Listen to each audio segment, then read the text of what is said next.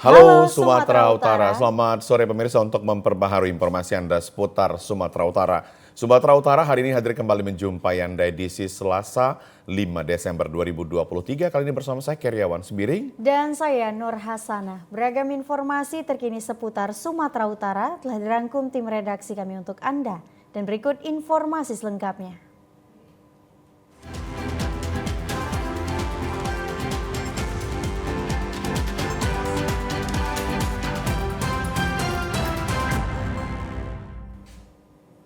Pemirsa, Polda Sumatera Utara bersama Kodam 1 Bukit Barisan menggerebek lokasi yang dijadikan barak narkoba dan perjudian di sepanjang Jalan Medan Brastagi. Pada penggerebekan tersebut, petugas berhasil mengamankan 3 orang pengguna narkoba.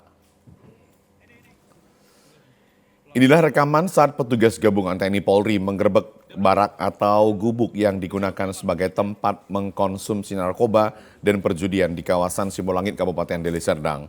Terlihat petugas mengamankan 3 orang pelaku yang sedang mengkonsumsi narkoba.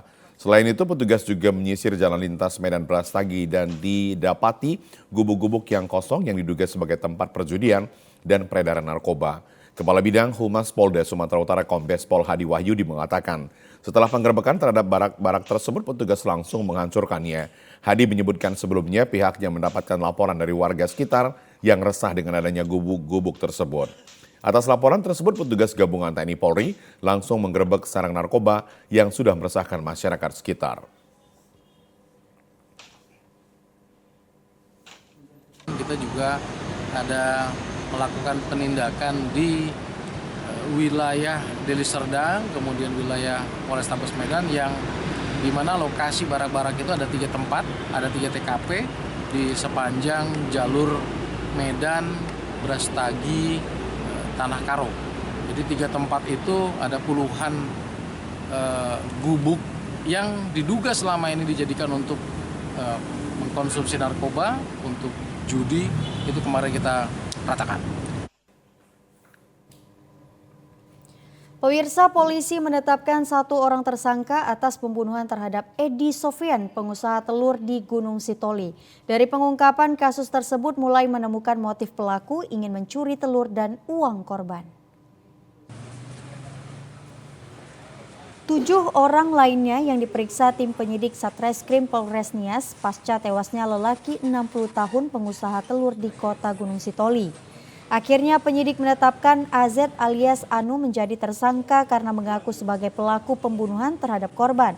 Pelaku yakni pria 26 tahun asal desa Bawade Solo, kecamatan Gunung Sitoli ini merupakan petugas security pada pengusaha swasta yang berlokasi di samping toko usaha telur milik korban. Dari pemeriksaan dan interogasinya, AZ mengaku perbuatannya. Berdasarkan data Polres Nias di Gunung Sitoli dijelaskan sebelumnya pelaku telah menyusun rencana untuk masuk dan mencuri ke dalam toko milik korban dengan membawa sebilah senjata tajam. Untuk melancarkan rencana jahatnya, pelaku menghilangkan nyawa korban. Korban ditemukan tewas dengan sejumlah luka bacok di tubuhnya oleh istrinya pada Sabtu malam sekitar pukul 9:30 malam. Atas tindak pidana dengan sengaja dan direncanakan lebih dahulu menghilangkan nyawa orang lain atau pembunuhan dan pencurian disertai dengan kekerasan yang mengakibatkan matinya orang, tersangka dijerat pasal 340, subsidiar 338 dan pasal 365 ayat 3 KUH pidana dengan pidana penjara seumur hidup atau paling lama 20 tahun, paling rendah 15 tahun. Ini masih kami dalam, ya, masih dalam ini nanti perkembangan kalau memang ada dan bisa kami buktikan, kami akan sampaikan kepada teman-teman media. Apakah ada pelaku lain yang turut serta atau membantu pelaku ini melakukan aksi. Total barang bukti ada uang 306.000 untuk mata uang rupiah, kemudian ada ringgit ini 86. Saat ini polisi menahan AZ ke dalam rumah tahanan Polres Nias. Berikut sejumlah barang bukti yang disita meliputi sejumlah uang dalam rupiah dan ringgit milik korban serta barang berharga lainnya seperti 1 unit sepeda motor dan handphone. Pemirsa, Satuan Narkoba Polres Pelabuhan Belawan berhasil membekuk bandar narkoba Hamparan Perak yang disampaikan pada press release di halaman Mapolres Pelabuhan Belawan Senin sore kemarin. Seorang pria berinisial ASS alias Mirin warga Jalan Bulu Cina, Desa Kelambir, Kecamatan Hamparan Perak yang selama ini tercatat dalam daftar pencarian orang DPO kasus narkoba dibekuk petugas Sat Narkoba Polres Pelabuhan Belawan dari rumah di kawasan Hamparan Perak. Polisi meringkus sejumlah teman ASS yang diduga menghalang-halangi penangkapan terhadap DPO bandar narkoba tersebut. Kasat Narkoba Polres Pelabuhan Belawan AKP Muhammad Abdi Harahap mengatakan meski saat dilakukan penangkapan dan penggeledahan tidak ditemukan barang bukti berupa sabu-sabu, namun polisi menemukan barang bukti berupa 8 butir pil ekstasi, uang Rp6.640.000, 4 handphone, 2 unit sepeda motor, beserta sejumlah surat yang diduga dijadikan sebagai jaminan dalam transaksi narkoba. Maupun si dua orang inilah yang menghalangi petugas yang menyembunyikan Mirin. Kita tinggal diam, kita lanjut melakukan penggeledahan. Sudut demi sudut kita geledah sampai akhirnya berhasil kita temukan Mirin ada di atas pelapor, bersembunyi di ujung pelapor rumah. Berikut kita amankan si Mirin, langsung kita mengadakan penggeledahan lebih lanjut. Alhamdulillah kita berhasil, lanjut kita boyong ke Kapolres Pelabuhan Belawan AKBP Joshua Tampo Bolon mengatakan dalam 2 pekan terakhir pihaknya meringkus 7 orang pengedar dan 2 pengguna sabu dari sejumlah lokasi di wilayah kerjanya. Para pengedar maupun bandar serta pengguna narkoba tersebut kini mendekam di sel tahanan polisi.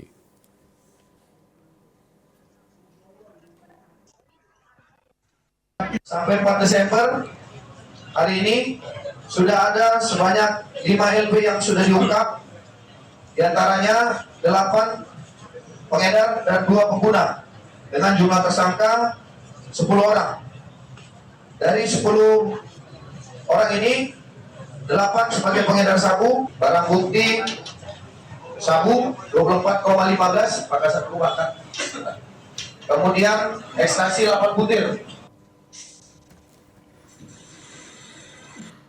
Pemirsa, tim SAR gabungan terus melakukan upaya pencarian para korban banjir bandang dan longsor di Desa Simangulampe, Kabupaten Humbang Hasundutan. Kepala Kantor Pencarian dan Pertolongan Basarnas Sumatera Utara, Budiono, mengatakan hari ini merupakan operasi hari keempat tim SAR gabungan dalam upaya pencarian korban banjir bandang dan longsor. Budiono menjelaskan upaya pencarian hari ini dilakukan sesuai dari hasil briefing terlebih dahulu.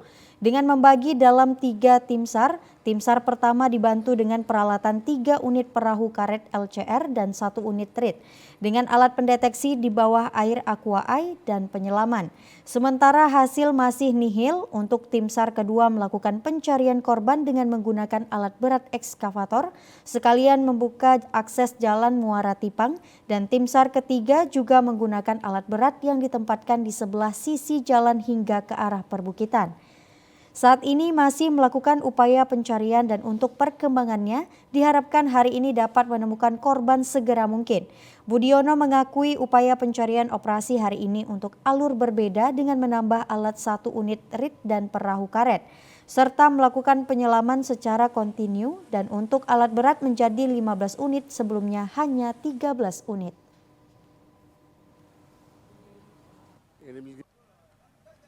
Untuk alat berat hari ini menjadi 15 unit, yang awalnya 13 hari ini menjadi 15 unit. Tentunya dengan penambahan ini dan kita maksimalkan pencarian hari keempat ini dengan didukung oleh personil yang cukup dan alut yang cukup, dan juga di sini ada penambahan tim atau sardok ya, atau K9. Mudah-mudahan dengan penambahan K9 ini akan bisa mempercepat penemuan korban. Salah seorang kerabat korban, Jamananti Sihombing, mengatakan pihak keluarga sangat berharap kepada pemerintah atas bantuannya dan sesegera mungkin menemukan para korban. Jamananti mengaku pencarian dengan sistem manual masyarakat tidak akan mampu melakukan upaya pencarian semua para korban, dikarenakan di lokasi banjir bandang dan longsor terdapat batu-batu yang sangat besar yang menjadi penghalang dalam upaya pencarian para korban.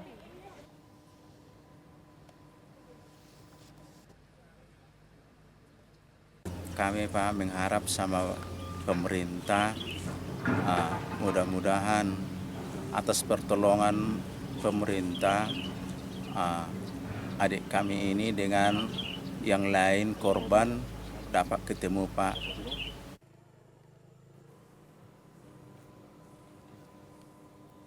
Sementara itu, pemirsa, hari keempat pasca banjir bandang dan longsor menerjang kawasan pemukiman di Desa Simangulampe, Kecamatan Bakti Raja, Kabupaten Humbang, Hasundutan, belasan siswa SMP Negeri 1 Bakti Raja tetap mengikuti ujian semester ganjil.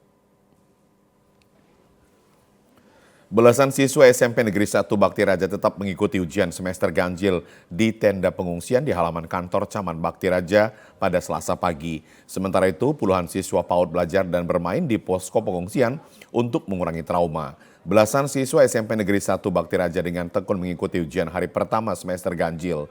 Para siswa kelas 7 hingga 9 ujian mata pelajaran seni budaya, ilmu pengetahuan sosial dan teknik informatika dan komputer.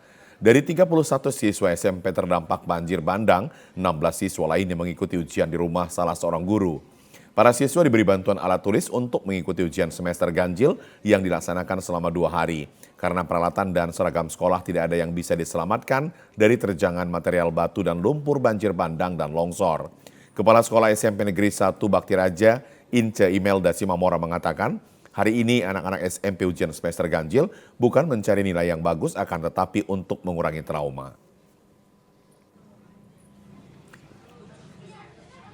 Alat-alat tulis kepada anak-anak dari lembar ujiannya, lembar jawaban, pensil, pulpen, penghapus, dan lain sebagainya. Itu kita fasilitasi.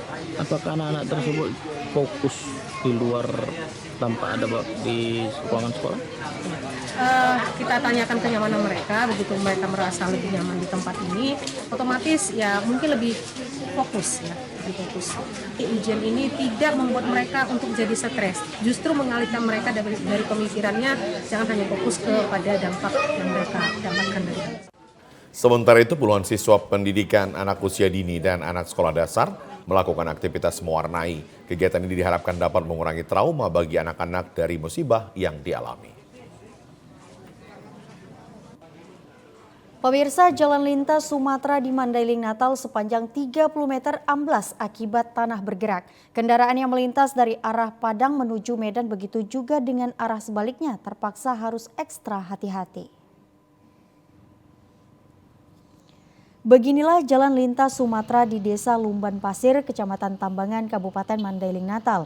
Jalan penghubung Sumatera Utara dengan Sumatera Barat sepanjang 30 meter retak dan amblas sedalam 40 cm.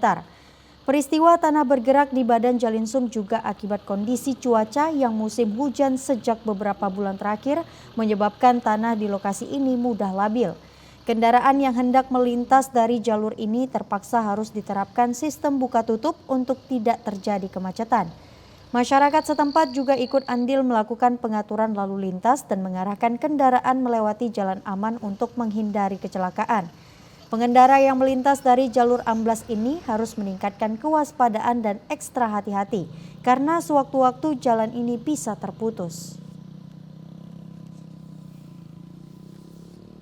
Kendaraan yang mau keluar, yang mau lewat dari Medan mau ke Padang, udah payah lewat dari situ Pak.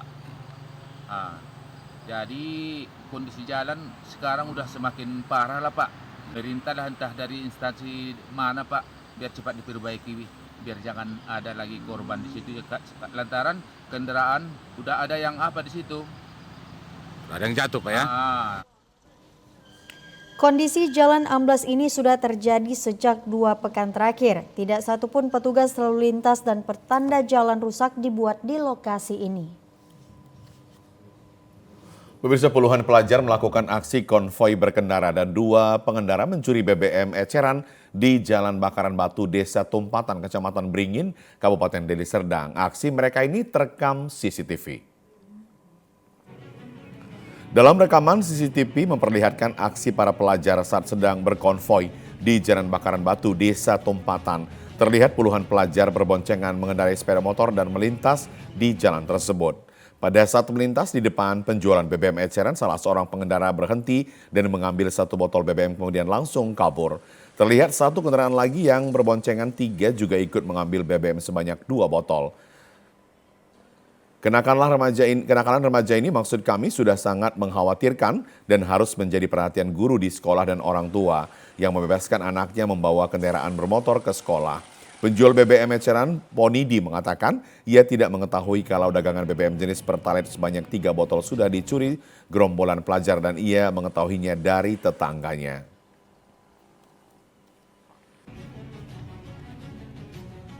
Kemari, nengok, datang orang jual es, Pak, itu dia anak sekolah satu, minyaknya, udahlah. Jam 1:30, datang lagi, rame lagi sana. Diambil, saya waktu sana, tahu ngambilnya 2, ngambil. Berapa botol yang hilang? 3 botol. Atas kejadian ini, pemilik BBM eceran berharap para pelajar yang mengambil BBM miliknya segera mengembalikan atau membayarnya.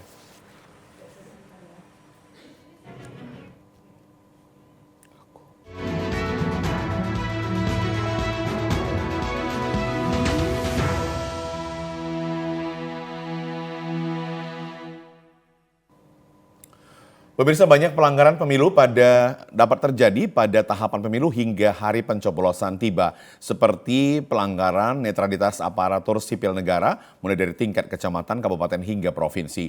Bagaimana kemudian sosialisasi yang dilakukan pihak Bawaslu dan seperti apa pula peran dari pemerintah untuk dapat mengajak seluruh ASN agar menjaga netralitas tersebut. Untuk membahas hal ini, kami telah mengundang Ketua Bawaslu Medan, David Reynolds, dan Inspektur Pembantu Khusus Irbansus Sumatera Utara, Bapak Hafid Tigor Barita. Selamat sore, Ketua Bawaslu, Bang Ketua Bawaslu dan juga Pak Hafid. Iya, selamat sore, Pak. Iya, baik. Kita ke Bang David. Iya, baik. Sudah bisa mendengar suara kami dengan jelas ya, Bapak-Bapak? Oke. Jelas.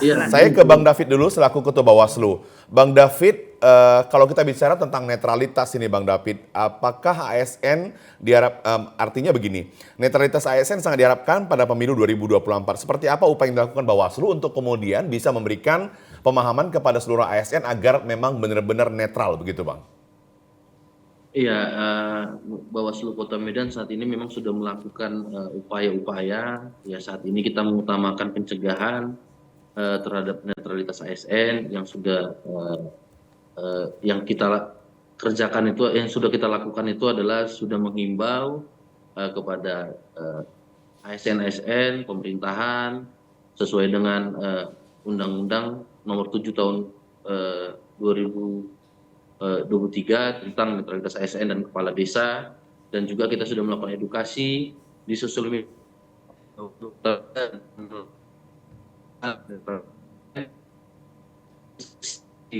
seluruh kecamatan agar dapat melakukan pencegahan dan pengawasan di lingkungan Panwaslu kecamatan. Mungkin itu aja, Bang. Baik, terima kasih Bang David. Kita sekarang ke Bang Hafid Tigor ya.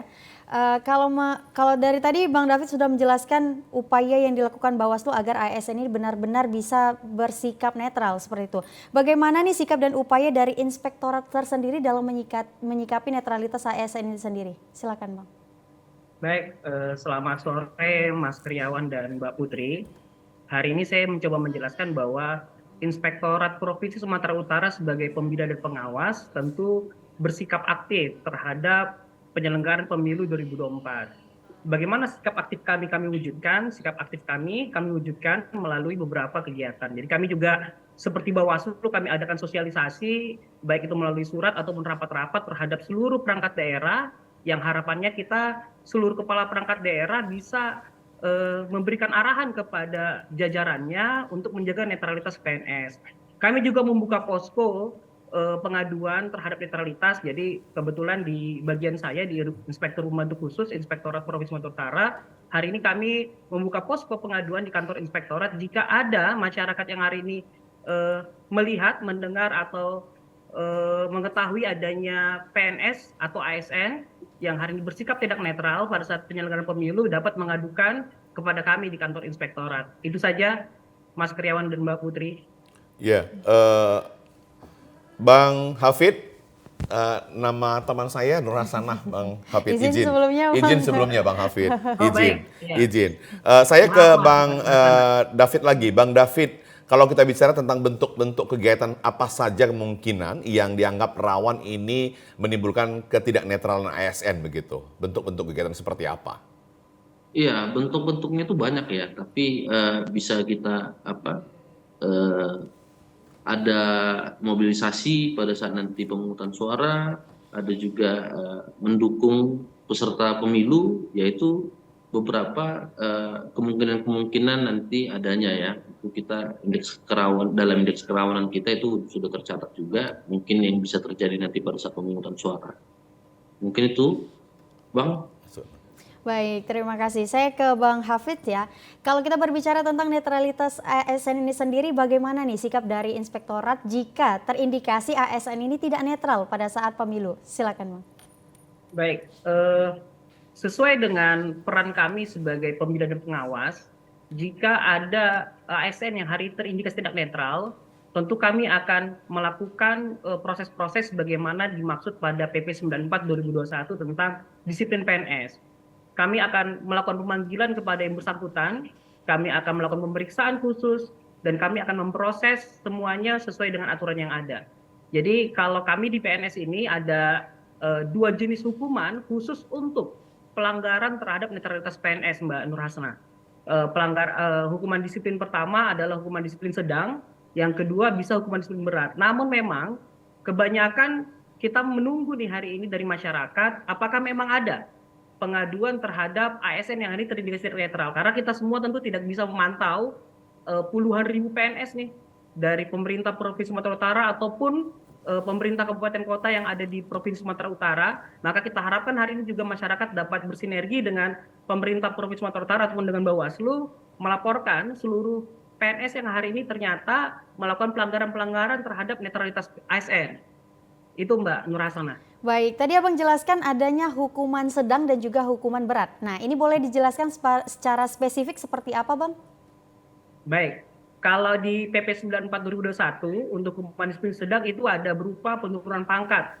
Jadi kita bisa dari pemerintah Provinsi Sumatera Utara, nanti pejabat pembina kepegawaian yaitu Pak PJ Gubernur dapat memberikan sanksi berupa penurunan pangkat kepada ASN yang melanggar. Untuk hukuman disiplin berat itu bisa ada tiga tahap. Yang pertama bisa penurunan jabatan 1 tingkat lebih rendah, bisa juga pembebasan dari jabatan selama 1 tahun, yang terakhir bisa pemberhentian dengan hormat, tidak atas perintah sendiri. Jadi ini semua sebenarnya proses yang seluruh PNS harus sudah mengetahui apa sanksinya jika mereka bersikap tidak netral pada penyelenggaraan pemilu pada kali ini. Baik, Bang David, menyikapi apa yang disampaikan oleh Bang Hafid tadi, apakah kemudian kalau ASN terbukti tidak netral dalam hal pemilu, ini sanksinya bisa berlapis atau justru memang sanksi diberikan oleh inspektorat atau pihak pemerintah provinsi begitu? Bang David? Ya saya jawab ya Bang, saya jawab. Siap. Yang pastinya Bang, kita juga bisa menggunakan Undang-Undang Nomor 7 Tahun 2017. Di situ ada pasal 493, pasal 494 dan juga pasal 552 yang intinya di sini adalah mengatakan bahwa jika terjadi tidak netralnya ASN nanti itu bisa menjadi masuk ke dalam pelanggaran pemilu, bisa pidana Bang, hukumannya Bang. Baik. Baik, saya ke Bang Hafid lagi ya.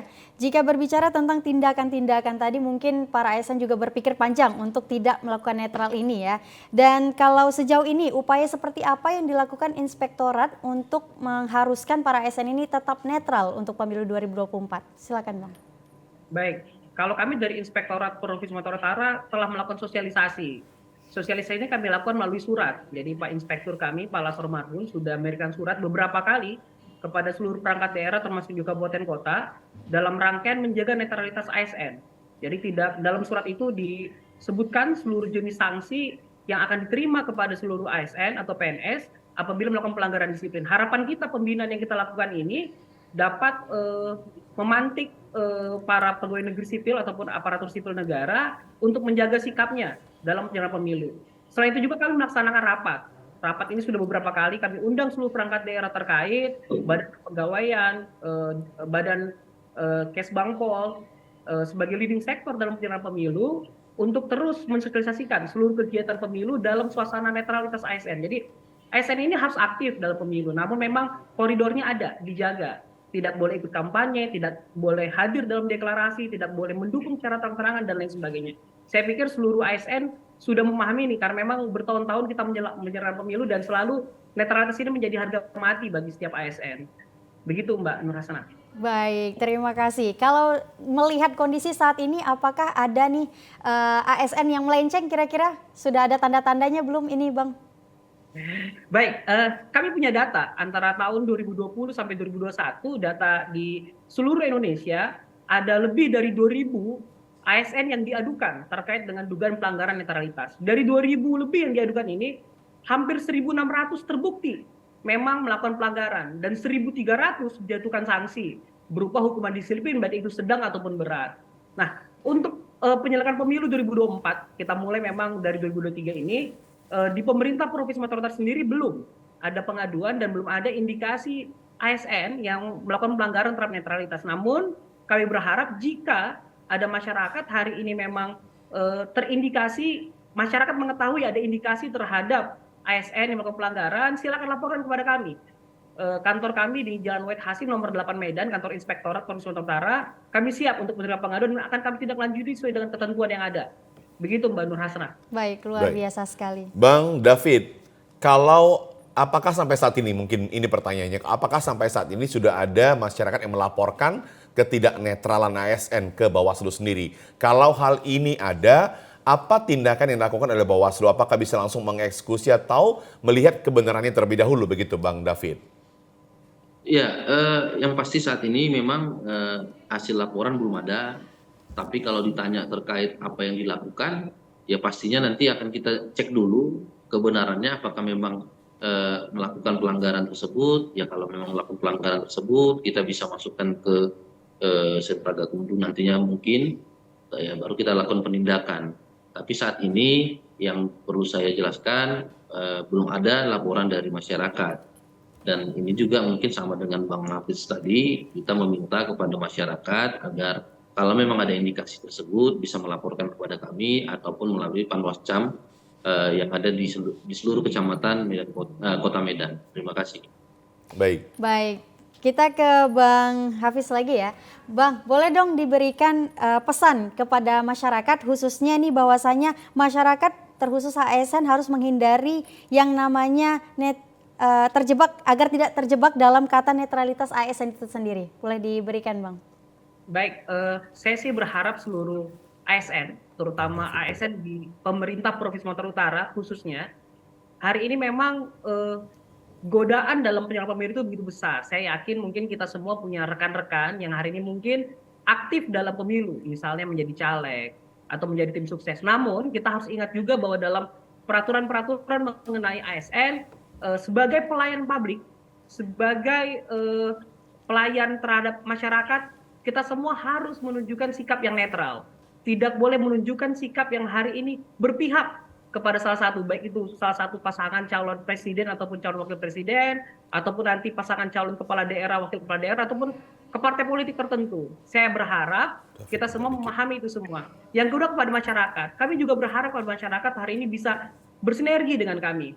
Caranya bagaimana? Jika masyarakat hari ini memang mendapatkan informasi adanya indikasi ASN yang melakukan pelanggaran terhadap netralitas atau mengalami tindakan yang tidak netral dari ASN dalam hal menerima pelayanan publik, tentu bisa diadukan kepada kami. Kami menerima dengan senang hati dan kami akan tindak lanjuti sesuai dengan janji kami akan tindak lanjuti secepatnya dan kami akan laksanakan ketentuan sebagaimana peraturan-peraturan disiplin PNS yang ada. Itu saja Mbak Nur Hasanah. Baik, kita dengar dari Bang David sendiri Bang, singkat dan padat Bang. Ya, dalam kesempatan ini saya meminta kepada mengimbau juga kepada seluruh ASN agar bersikap netral sehingga tercipta pemilu damai nantinya di tahun depan. Mungkin itu saja, Kak, Bang.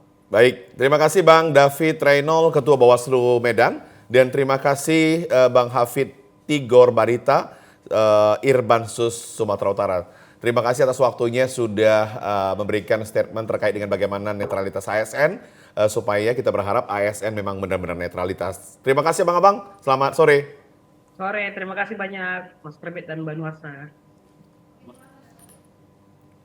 Baik, pemirsa, partai politik di Kabupaten Tapanuli Tengah bersama kepolisian, TNI, pengawas, dan penyelenggara pemilu serta pemerintah Kabupaten Tapanuli Tengah beserta Ormas Kepemudaan sepakat melaksanakan pemilu 2024 secara berintegritas, tertib, dan damai sesuai dengan perundang-undangan.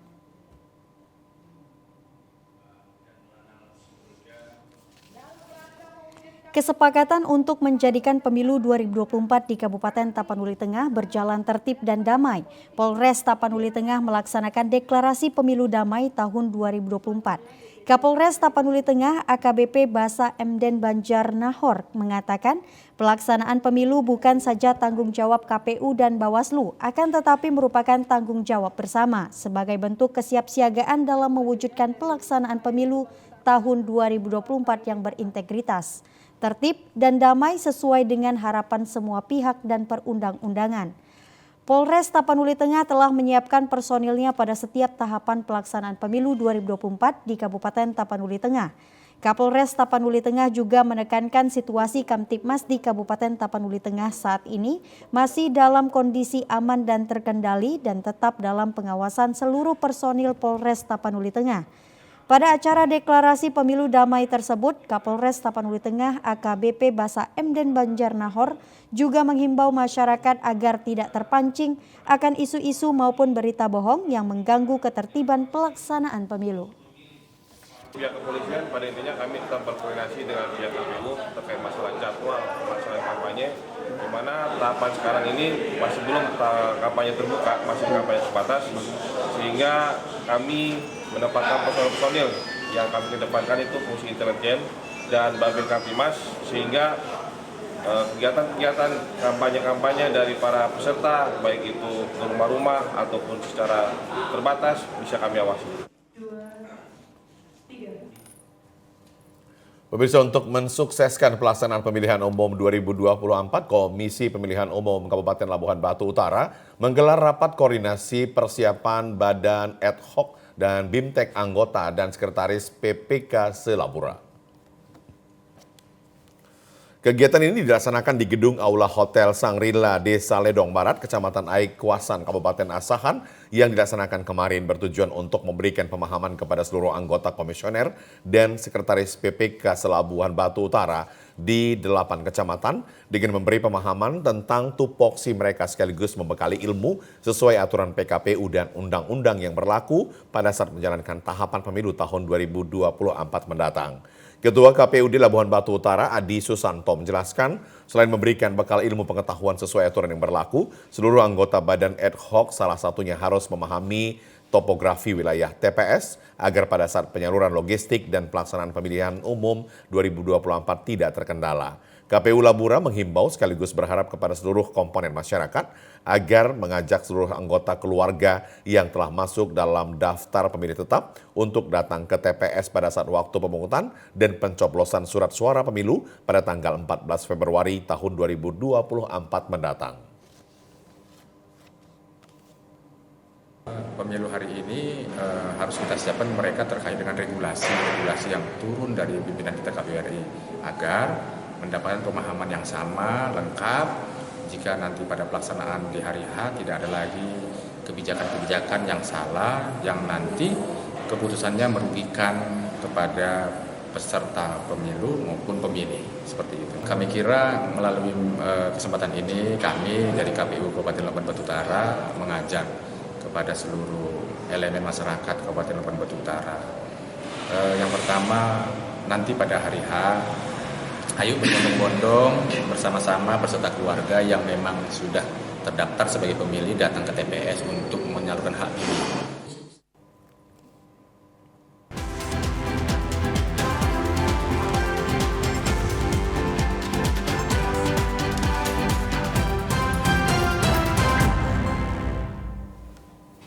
Pemirsa, ratusan driver ojek online dan pedagang kaki lima Kota Medan merayakan Natal tahun 2023 dengan penuh sukacita di lapangan bola kaki Kuala Berkala, Kecamatan Medan Johor kemarin. Perayaan Natal bagi driver ojek online dan pedagang kaki lima mengambil tema hari ini telah lahir bagimu juru selamat, yaitu Kristus Tuhan di Kota Daud.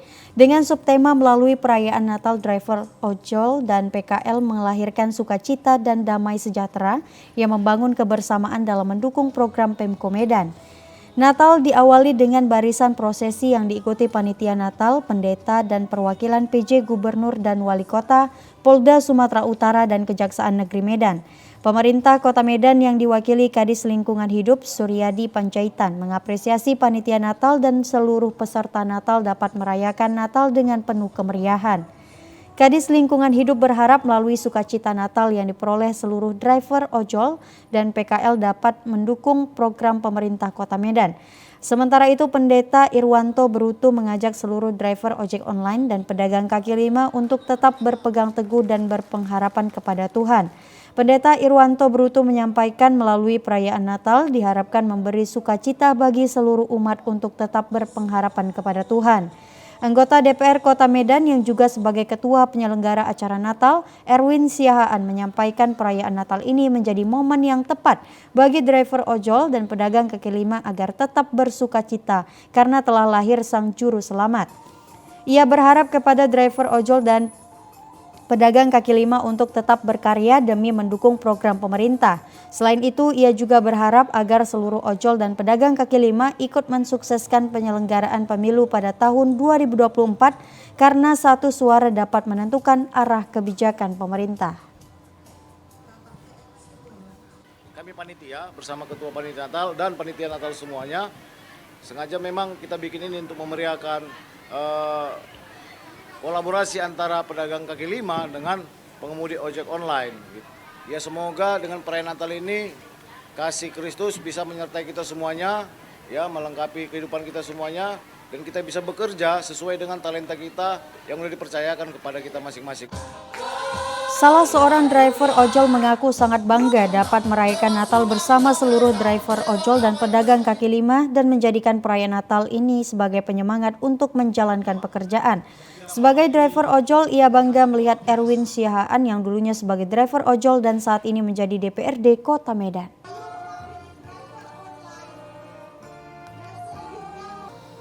Sangat positif untuk Bapak Erwin Siahaan, yang mana dulunya dia pun sebagai mantan driver ojek online. Saya mohon kiranya apabila nanti Bapak tersebut naik kembali duduk di anggota Dewan, agar lebih baik lagi untuk kedepannya, terutama bagi kami driver ojek online dan pedagang kaki lima agar lebih diperhatikan. Perayaan Natal diisi dengan lagu pujian, liturgi, penyalaan lilin, dan penyampaian firman Tuhan. Di akhir acara dilakukan penarikan lucky draw dengan hadiah utama sebuah sepeda motor.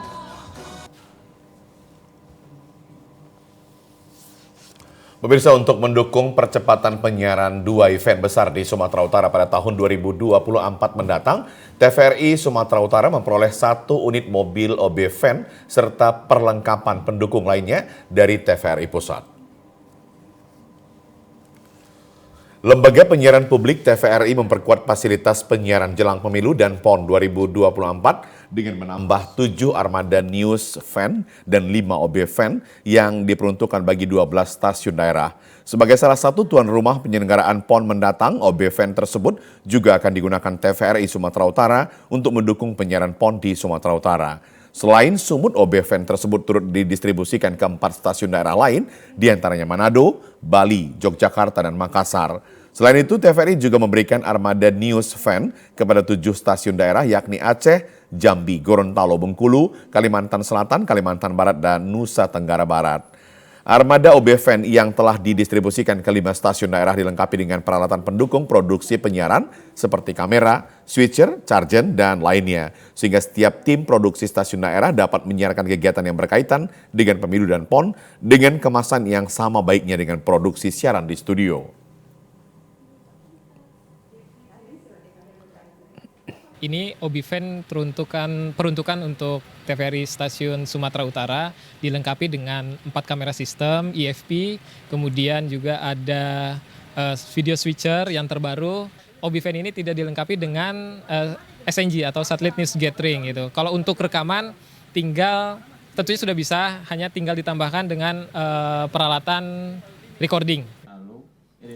Ketua Tim Teknik TVRI Sumut, Syahrul mengatakan fasilitas baru pendukung pemilu dan PON 2024 turut memberikan semangat baru bagi para kru teknik.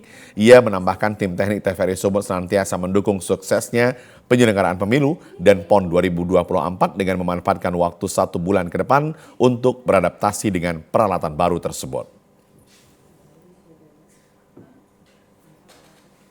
Terima kasih banyak ya. Kita bisa mensupport kegiatan yang namanya pemilu yang bentar lagi kita akan melaksanakan pesta demokrasi. Kemudian kita juga sudah siap dengan untuk PON yang tahun 2024 yang diadakan di Sumut dan Aceh. Kemudian dengan adanya peralatan ini menambah jumlah peralatan yang selama ini kita sudah miliki. Jadi kita sudah siap.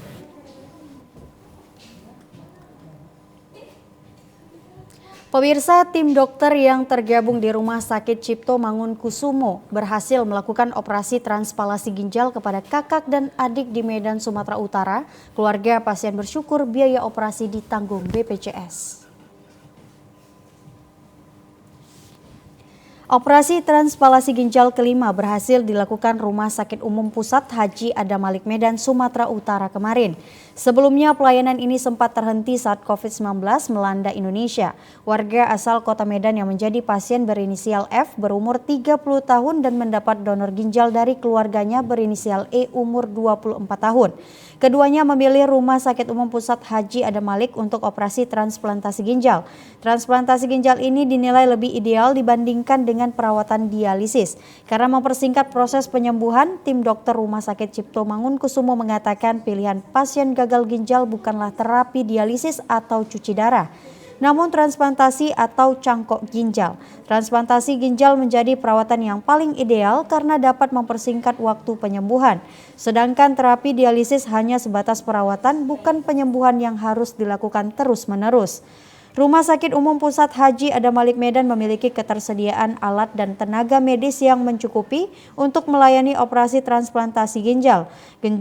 Kendala yang sering dialami yakni sulitnya memperoleh donor, dan Ketua Tim Kerja Transplantasi Ginjal Dr. Alwi Tamrin Nasution menjelaskan tingkat keberhasilan transplantasi ginjal mencapai 90%. Proses operasi berjalan lancar, kedua pasien saat ini masih menjalani perawatan di ruang ICU. Transplantasi ginjal ini memang yang pertama harus kita lihat itu setelah dicangkokkan ginjalnya ke si penerima. Mudah-mudahan tadi dalam waktu berkisar 5 menit itu setelah dicangkokkan urin keluar. Artinya berhasil. Sampai si pasien juga sehat, baik donor maupun resipien. Keluarga pasien Dewi Sedabutar mengatakan setelah mendapatkan donor dari adik pasien, operasi dilakukan dengan biaya seluruhnya ditanggung Badan Penyelenggara Jaminan Sosial Kesehatan BPJS Kesehatan. Donor ginjal kan susah, mencarinya susah, biaya juga susah, pokoknya keterbatasan ekonomi dan juga kalau kami didanai oleh BPJS. Semuanya di cover BPJS, baik pemeriksaan dan segala macam, juga hemodialisa. Di Indonesia, penyebab penyakit ginjal yang paling tinggi disebabkan oleh hipertensi dan diabetes yang tumbuh akibat pola hidup yang tidak sehat. Pemirsa, berikut informasi perakiraan cuaca di sejumlah daerah di wilayah Sumatera Utara dari Badan Meteorologi, Klimatologi, dan Geofisika wilayah 1 Medan berlaku pada hari Rabu 6 Desember 2023 berikut ini. Halo Sobat BMKG, senang sekali saya Nora Sinaga, perakirawan BBMKG wilayah 1 Medan, akan menyampaikan informasi perakiraan cuaca dan hotspot Provinsi Sumatera Utara, Rabu 6 Desember 2023. Pada pagi hari, wilayah Sumatera Utara diperkirakan berawan dengan potensi hujan ringan terjadi di wilayah Dairi, Pak Barat, Humbang Hasundutan, Samosir, Tapanuli Utara, dan sekitarnya. Untuk siang hingga sore hari, potensi hujan ringan hingga lebat masih terjadi di wilayah Sumatera Utara, dengan potensi hujan lebat terjadi di wilayah Langkat, Binjai, Medan, Deli Serdang, Serdang Bedagai, Asahan, Batu Bara, Labuhan Batu Utara, Labuhan Batu Selatan, Toba, Karo, Dairi, Pak Barat, Humbang Hasundutan, Simalungun, Samosir, Tapanuli Utara, Tapanuli Tengah, Sibolga, Tapanuli Selatan, dan sekitarnya. Untuk malam hari, potensi hujan ringan hingga lebat masih terjadi di wilayah Sumatera Utara, dengan potensi hujan lebat terjadi di wilayah Langkat, Binjai, Medan, Deli Serdang, Serdang Bedagai, Asahan, Batu Bara, Labuhan Batu Utara, Labuhan Batu Selatan, Toba, Karo, Dairi, Pak Barat, Humbang Hasundutan, Simalungun, Samosir, Tapanuli Utara, Tapanuli Tengah, Sibolga, Tapanuli Selatan, Kepulauan Nias, dan sekitarnya. Untuk dini hari, potensi hujan ringan masih terjadi di wilayah Pak Barat, Humbang Hasundutan, Tapanuli Utara, Tapanuli Tengah, Sibolga, Tapanuli Selatan, Padang Lawas, Mandailing Natal, Kepulauan Nias, dan sekitarnya. Suhu udara berkisar antara 16 hingga 32 derajat Celcius dengan kelembapan udara 60 hingga 95%. Angin bertiup dari barat daya hingga timur laut dengan kecepatan 10 hingga 30 km per jam. Titik panas atau hotspot dari pantauan tanggal 4 Desember 2023 tidak ada. Kami menghimbau kepada masyarakat untuk tetap waspada akan adanya potensi hujan dengan intensitas lebat di wilayah pantai timur, lereng timur, pegunungan hingga lereng barat Sumatera Utara yang dapat mengakibatkan bencana hidrometeorologis seperti banjir dan longsor. Demikian perakiraan Rabu 6 Desember 2023. Terima kasih dan sampai jumpa. Pemirsa, memasuki minggu pertama bulan Desember, harga cabai merah di pusat pasar Horas Kota Pematang Siantar terus merangkak naik hingga mencapai Rp60.000 per kilogram. Tidak hanya cabai merah, cabai hijau, cabai rawit, serta cabai caplak juga mengalami kenaikan. Naiknya harga cabai ini telah berlangsung sejak 1 bulan terakhir. Namun naiknya harga cabai yang signifikan baru terjadi sejak minggu pertama di bulan Desember. Harga cabai merah yang biasanya dijual dengan harga Rp30.000 hingga Rp35.000 per kilogram, saat ini mengalami kenaikan hingga mencapai Rp60.000 per kilogram. Sementara harga cabai hijau yang biasa dijual dengan harga Rp20 hingga Rp24.000 per kilogramnya, saat ini dijual dengan harga Rp35.000 per kilogramnya. Pedagang cabai di pusat pasar Horas Kota Pematang Siantar mengatakan, naiknya harga cabai ini terjadi dikarenakan minimnya persediaan yang disebabkan tanaman cabai mengalami kerusakan akibat musim penghujan yang menyebabkan para petani cabai gagal panen. Kalau untuk eksperimen cabai hari ini dia di angka 13.000 per empat. Ada dua opsi, ada yang 13.000, ada yang 14.000. Dia 50 sama 54.000. 15.000 sampai 16.000 per sak. Daya belinya turun. Minggu sebelumnya itu kan dia angka cabai itu dia di angka 65 sampai 70.000. Di situ masih lumayan, mungkin karena terlalu mahal, jadi daya beli itu untuk minggu ini dia berkurang. Harga cabai ini diprediksi akan terus mengalami kenaikan hingga memasuki awal tahun mendatang.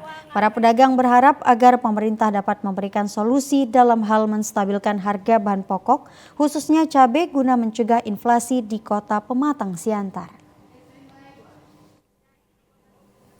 Sementara itu, pemirsa, akibat cuaca dan musim penghujan serta serangan hama, para petani cabai di Kecamatan Penyambungan Barat Mandailing Natal mengeluh hasil panen mereka berkurang.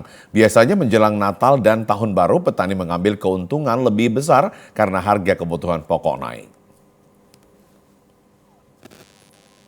Saat ini harga cabai sedang mahal di pasaran. Para petani cabai di Mandaling Natal justru mengeluh akibat hasil panen yang tidak sesuai dengan yang diharapkan. Salah seorang petani cabai, Oktan Lubis, mengatakan biasanya petani cabai di Kecamatan Penyambungan Barat mengaku setiap panen ia bisa mendapatkan 100 kilo cabai dengan luas lahan setengah hektar. Namun untuk saat ini panen cabai hanya 50 hingga 60 kilogram. Kondisi ini tidak sesuai dengan biaya operasional dan biaya perawatan tanaman yang harus dikeluarkan untuk membeli pupuk.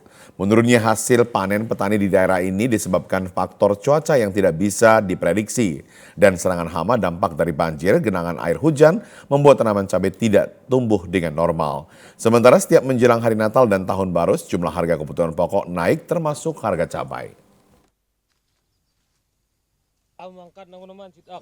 Kalau hasil harga cabai 50 udah lumayan lah sama petani.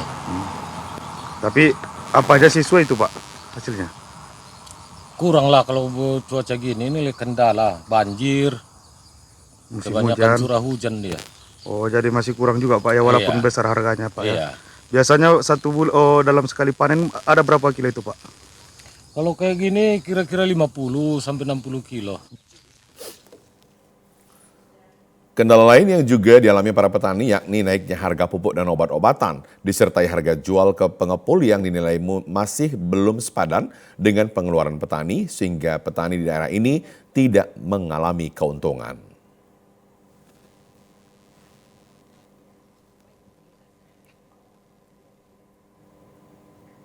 Ya pemirsa, informasi tadi mengakhiri Sumatera Utara hari ini. Mewakili seluruh kerabat kerja yang bertugas, saya Keriawan Sembiring. Dan saya Nur Hasanah, selamat sore dan Sampai sampai jumpa. jumpa.